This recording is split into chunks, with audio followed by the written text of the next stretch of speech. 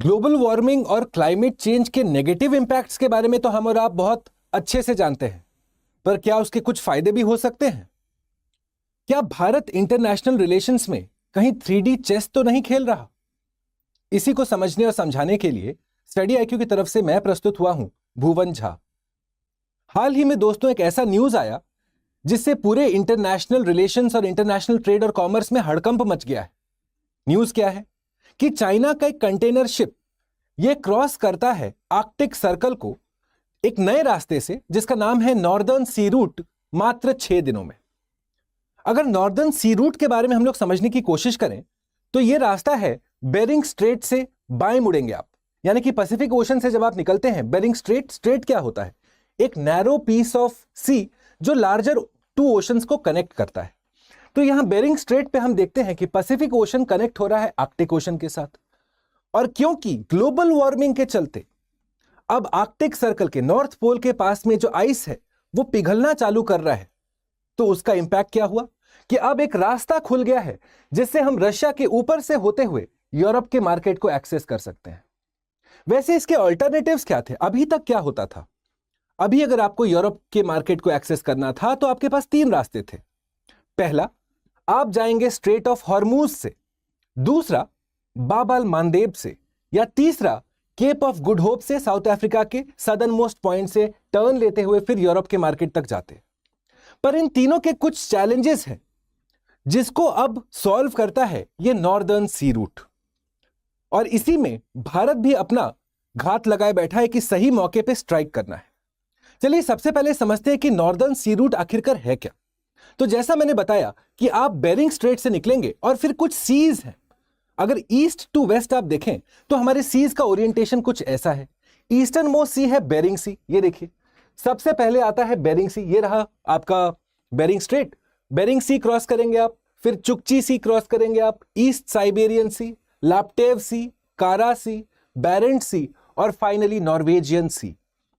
यानी कि जब आप इस रास्ते को कवर करते हैं, ईस्ट टू वेस्ट ये सारे सीज एक साथ हैं, तब आप पहुंच जाते हैं यूरोप। पर आखिरकार ये नॉर्दर्न सी रूट इंपॉर्टेंट है क्यों? क्यों इसके बारे में इतनी उत्सुकता है? सबसे पहला, इस रास्ते का जो डिस्टेंस है हमारे कन्वेंशनल डिस्टेंस से है कम, यानी कि बाय डिफॉल्ट आपके लिए ये कॉस्ट सेविंग होगा। और कोई भी प्राइवेट शिपिंग कंटेनर कंपनी अगर है तो वो चाहेगा कि भाई हमारा प्रॉफिट ज्यादा हो, रास्ता कम नापना पड़े, तेल की खपत कम होगी। साथ में आप देखते हैं कि ये जो नॉर्दर्न सी रूट है यहां पे अभी कोई चार्जेस नहीं लग रहे हैं, फ्री ऑफ कॉस्ट है, आप जा सकते हैं। पर वही अगर आप सुएज कैनाल के रास्ते जाते हैं वहां पे आपको पैसा देना पड़ेगा, पेमेंट देना पड़ेगा। यहां पे अभी कोई सिक्योरिटी या टेररिज्म का प्रॉब्लम नहीं है, कोई पायरेसी नहीं हो रही है क्योंकि रशिया अच्छे से कंट्रोल करता है। पर आप देखेंगे कि बाब अल मांदेब, जैसा हमने ये देखा, नंबर 2 जो है हमारा बाब अल मांदेब, यहां पे सोमालियन पायरेट्स का वर्चस्व माना जाता है, जिसके चलते इंटरनेशनल ट्रेड एंड कॉमर्स में काफी बाधा होती है। जब हमने ये समझ लिया कि आखिरकार हमारे एडवांटेजेस क्या है इस नए रूट का जिसका नाम है नॉर्दर्न सी रूट, अब हमको समझने की आवश्यकता है कि ग्लोबल लेवल पे जैसे स्ट्रेट ऑफ हॉर्मूज हुआ, बाब अल मांदेब हुआ, इन एरियाज को हम कहते हैं चोक पॉइंट्स। चोक का मतलब क्या होता है? गला दबाना। तो इन एरियाज में जहां पे ये नैरो एरियाज हैं, जहां से आपका इंटरनेशनल शिपिंग हो रहा है, सबका कुछ ना कुछ प्रॉब्लम है। फॉर एग्जाम्पल सबसे पहला देखते हैं जो भारत के सबसे निकट है, अंडमान निकोबार से बस थोड़े ही दूर पे है, आपका मलाका स्ट्रेट। हम जानते हैं कि यहां से चाइना का 70% ऑयल सप्लाई जाता है।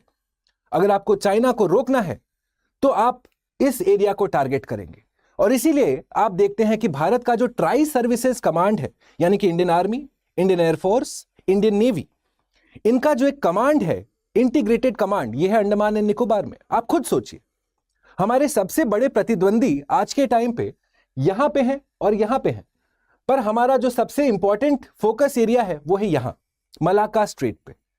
आपको पता होगा हाल ही में भारत और सिंगापुर ने एक तरीके से सहमति बताई है कि भारत के फोर्सेस अब इस एरिया को पेट्रोलिंग करेंगे। क्यों? क्योंकि ये भारत के लिए भी इंपॉर्टेंट है। हमारा भी ऑयल सप्लाई, कोल सप्लाई ज्यादातर इस स्ट्रेट ऑफ मलाका से आता है। Strategically it is a choke point for many countries. Similarly दूसरा इंपॉर्टेंट चोक पॉइंट आप देखेंगे, यह है स्ट्रेट ऑफ हॉर्मूज। अब स्ट्रेट ऑफ हॉर्मूज का मुद्दा क्या है दोस्तों, कि ये कनेक्ट पहले क्या करता है, ज्योग्राफी समझ लेते हैं इसका। So this connects the Gulf of Oman to the Persian Gulf. अब मुद्दा क्या है कि ये जो है control, under the control of Iran है। ईरान का रेवोल्यूशनरी गार्ड्स का पूरा वर्चस्व है इस एरिया में। अब आपको पता है कि ईरान और अमेरिका का 36 का आंकड़ा है, जिसके चलते ये एक अनरिलायबल जगह है, क्योंकि आए दिनों यहां पे ईरान मिलिट्री ड्रिल्स करता रहेगा। कभी कभार देखने को मिला है कि स्ट्रेट ऑफ हॉर्मुज को टेम्पोररली क्लोज भी कर दिया है, जिसके चलते ग्लोबल ऑयल सप्लाई में फ्लक्चुएशन होता है, वॉलेटिलिटी होती है। और आपको पता है अगर तेल का दाम आगे पीछे होगा तो वैश्विक स्तर पे almost all of the countries, जितने भी राष्ट्र हैं, सबका इकोनॉमी प्रभावित हो सकता है। तो ये बना एक इंपॉर्टेंट चोक पॉइंट। क्यों? क्योंकि ईरान का जो एक रवैया है स्ट्रेट ऑफ हॉर्मुज पे, वो शायद ग्लोबल कंपैटिबिलिटी के अनुसार नहीं है। दूसरा चोक पॉइंट अगर हम देखें, बाब अल मांदेब। अब बाब अल मांदेब क्या है दोस्तों? ये पहले तो कनेक्ट करता है गल्फ ऑफ एडन को विद द रेड सी, और फिर यही आगे जाके सुएज कनाल बनता है। अब यहां पे दो इंपॉर्टेंट चैलेंजेस हैं। सबसे पहला, गल्फ ऑफ एडन अगर आप कभी भी न्यूज में देखेंगे तो यहां पे सोमालियन पायरेट्स का, सोमाली पायरेसी का काफी प्रॉब्लम है, जिसके चलते आप देखते हैं कि भारत के भी जो शिप्स हैं, जो प्राइवेट शिप्स हैं, उनको काफी दफा इंडियन नेवी एक तरीके से एस्कॉर्ट करती है इस हाई रिस्क एरिया से। और लास्ट ईयर या उसके पहले साल आपने सुना होगा कि सुएज कैनाल, जो एक नैरो कैनाल है, वहां पे एक शिप फंस गया था, जिसके चलते फिर से आपने देखा कि ग्लोबल ट्रेड एंड कॉमर्स प्रभावित हुआ था। तो क्या ये एक्सपेक्टेड होगा कि हम इन दोनों एरियाज के ऊपर निर्भर रहें? जी नहीं, आपको अल्टरनेटिव्स तो चाहिए होंगे। अब अल्टरनेटिव है क्या? एक अल्टरनेटिव है कि आप केप ऑफ गुड होप से जाएं। ये जो रास्ता है साउथ अफ्रीका के नीचे से, इसको कहते हैं केप ऑफ गुड होप। पर यह रास्ता लंबा है। जब आप यहां से भारत से निकलेंगे और ऐसे करके घुस के चले जाएंगे, ज्यादा खर्चा पड़ेगा, इसीलिए प्राइवेट शिपिंग कंपनीज इस रास्ते को प्रेफर नहीं करते हैं। तो ये तीन इंपॉर्टेंट चोक पॉइंट्स मैंने आपको बताया भारत के परिप्रेक्ष्य में। पर अगर अंतरराष्ट्रीय स्तर पे देखें तो एक और ऐसा चोक पॉइंट है जो काफी क्रिटिकल है, और वो है पनामा कनाल का चोक पॉइंट। चलिए पनामा कनाल के बारे में मैं आपको जल्दी से समझाता हूं। सबसे पहले पनामा कनाल तो कनेक्ट करता है पैसिफिक ओशन को अटलांटिक ओशन से। अगर इसके मैप के बारे में हम देखें दोस्तों, चलिए मैं आपको मैप के थ्रू समझाने की कोशिश करता हूं। ये रहा साउथ अमेरिका, ये नॉर्थ अमेरिका, पनामा कनाल हमारा यहां पे है, ये अटलांटिक, ये पैसिफिक। अब यहां पे नॉर्मली आप लोग क्या एक्सपेक्ट करेंगे कि क्यों नहीं हम लोग यहां पे एक गड्ढा खोद के सीधा सीधा एक कनाल बना दें, कनेक्ट कर दें। आप पहले नहीं होंगे जिन्होंने ये आइडिया सोचा होगा। आप जानते हैं फ्रांस ने भी एक टाइम यही सोचा कि क्यों नहीं जाके यहां पे एक स्ट्रेट अवे एक रास्ता बना दिया जाए, पैसिफिक ओशन को अटलांटिक से कनेक्ट कर देंगे। क्योंकि उसका अल्टरनेटिव क्या था कि आप साउथ अमेरिका के नीचे से ड्रेक पैसेज, जिसको कहते हैं केप हॉर्न, यहां से जाएंगे। पर आपको पता होगा कि ड्रेक पैसेज पे वेदर का फ्लक्चुएशन बहुत जल्दी जल्दी होता है, अनप्रेडिक्टेबल वेव्स आ सकते हैं। इनफैक्ट ज्योग्राफी की किताबों में हम लोग पढ़ते हैं कि इस एरिया को कहा जाता है द ग्रेवयार्ड ऑफ शिप्स, क्योंकि यहां पे अनप्रेडिक्टेबल वेव्स आते हैं। तो जब फ्रांस ने सोचा कि चलिए हम लोग यहां पे एक डायरेक्ट लिंक बना देते हैं पैसिफिक और अटलांटिक के बीच, फिर वो लग गए खोदने में। पर प्रॉब्लम क्या हुआ? यहां पे है अमेज़न का रेन फॉरेस्ट, ये बड़े बड़े मच्छर आए, और उसके बाद फ्रांस के जितने कार्य लोग गए थे इस प्रोजेक्ट के लिए, वो मलेरिया, चिकनगुनिया, डेंगू के चलते मरते चले गए। फ्रांस ने उस प्रोजेक्ट को छोड़ ही दिया। पर पनामा कैनाल आखिरकार इंपॉर्टेंट है क्यों? क्योंकि यहां पे दोस्तों the first of its kind एक नया मैकेनिज्म यूज किया गया है, जहां पे हम कंपार्टमेंट्स के थ्रू एक शिप को रेज करते हैं पानी के बॉयंसी के हिसाब से, और फिर उसको उतारते हैं। ये देखिए हमारा कोई भी शिप आएगा, देखिए हमने पानी के वाटर को रेस करके रखा है, पानी निकालेंगे घटता चला जाएगा और वो पैसिफिक से अटलांटिक में चला जाएगा। यानी कि जब आप पानी डालते हैं कंपार्टमेंट के अंदर, जब पानी फिल किया तो उसका हाइट रेज हुआ, फिर वो नेक्स्ट कंपार्टमेंट में गया, फिर उसका पानी हमने बढ़ाया हाइट, फिर वो नेक्स्ट कंपार्टमेंट में गया। तो इस तरीके से ये पूरा शिप्स चलता है आज पनामा कनाल में। क्या आप जानते हो दोस्तों, यहां पे इस पूरे पानी में जो पानी यूज हो रहा है ये है फ्रेश वाटर। अब आप पूछेंगे सॉल्ट वाटर क्यों नहीं है? क्योंकि सॉल्ट वाटर होता है कोरोसिव। ये जो भी आपके मशीन इत्यादि होंगे उसको वो जल्दी से खराब कर देगा, आपका मेंटेनेंस कॉस्ट बहुत बढ़ जाएगा।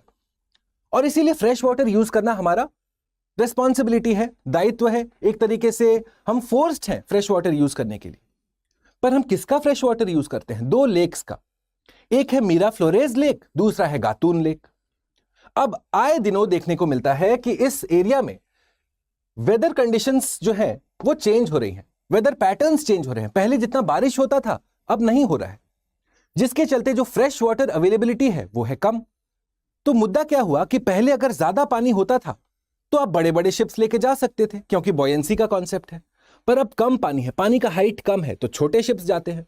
सोचिए, पहले अगर 100 केजी सामान जा सकता था, अब बस मात्र 20-30 केजी जा रहा है, जिसके चलते ग्लोबल ट्रेड कॉमर्स प्रभावित हो रहा है। तो इसीलिए हाल ही में इस चोक पॉइंट को एड्रेस करने के लिए भी मेक्सिको ने एक प्रोजेक्ट लॉन्च किया जिसका नाम है इस्थमस ऑफ तेहुआनतेपेक प्रोजेक्ट। ये एक रेलवे प्रोजेक्ट है जिसके अंदर कोई भी शिप्स आएंगे वो यहां पे पार्क करेंगे मेक्सिको के कोस्ट पे, और उसके बाद फिर रेलवे लाइन से उनको या तो नॉर्थ अमेरिका भेजा जाएगा या फिर दूसरे साइड पैसिफिक के पोर्ट पे भेजा जाएगा। तो ये है ग्लोबल चोक पॉइंट्स का कॉन्सेप्ट मेरे दोस्तों। पर अब हमको समझने की आवश्यकता है कि जब ग्लोबल चोक पॉइंट्स बन रहे हैं तो उसके तो सॉल्यूशंस भी बनने चाहिए ना, और उसी में हम देखते हैं कि भारत ऑलरेडी 3D चेस खेल के रखा हुआ है। बीते वर्षों में हमने देखा कि भारत ने रशिया के साथ एक ट्रीटी, एक अग्रीमेंट साइन की थी, एक मैरीटाइम कॉरिडोर बनाया था जिसका नाम है चेन्नई व्लादिवोस्तोक इकोनॉमिक कॉरिडोर। मुद्दा क्या है दोस्तों कि यहीं से जब हम इकोनॉमिक कॉरिडोर बना दिए स्ट्रेट ऑफ मलाका से क्रॉस करते हुए, just a second, straight of Malacca से क्रॉस करते हुए साउथ चाइना सी के रास्ते आप इसी बेरिंग स्ट्रेट से फिर लेफ्ट लेके यूरोप का मार्केट एक्सेस करेंगे। आप स्ट्रेट ऑफ हॉर्मुज, बाब अल मांदेब उसको अवॉइड कर सकेंगे क्योंकि वहां पे कुछ प्रॉब्लम्स हैं।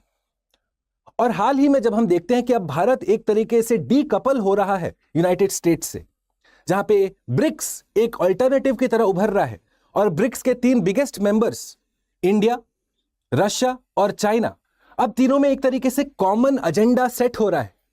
This is India's chance to capitalise on the northern sea route. और ये हमारे लिए इंपॉर्टेंट भी है दोस्तों, क्योंकि बीते वर्षों में हमने देखा है कि भारत ने अपना एक टारगेट डिफाइन किया है जिसका नाम है कि हम अब ब्लू इकोनॉमी बनेंगे। ब्लू इकोनॉमी का मतलब क्या है? क्या आपको पता है कि जब भी हम कोई सामान को ट्रांसपोर्ट करते हैं पानी के रास्ते, वो सबसे सस्ता होता है, कॉस्ट पर किलोमीटर सबसे कम है पानी के रास्ते।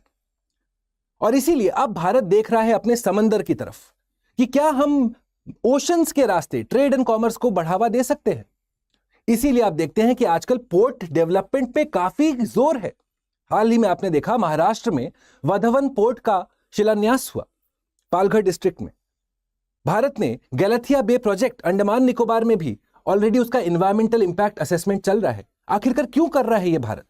क्योंकि भारत चाहता है कि हमारा नेक्स्ट फेज ऑफ ग्रोथ वो आए ओशंस के रास्ते, और उसी में ये नॉर्दर्न सी रूट का खुलना, इंडिया, ब्राजील और रशिया का साथ में आना काफी क्रिटिकल होगा आने वाले दिनों में और सालों में। आई होप ये डिस्कशन आपको पसंद आया, आप कुछ नया सीखे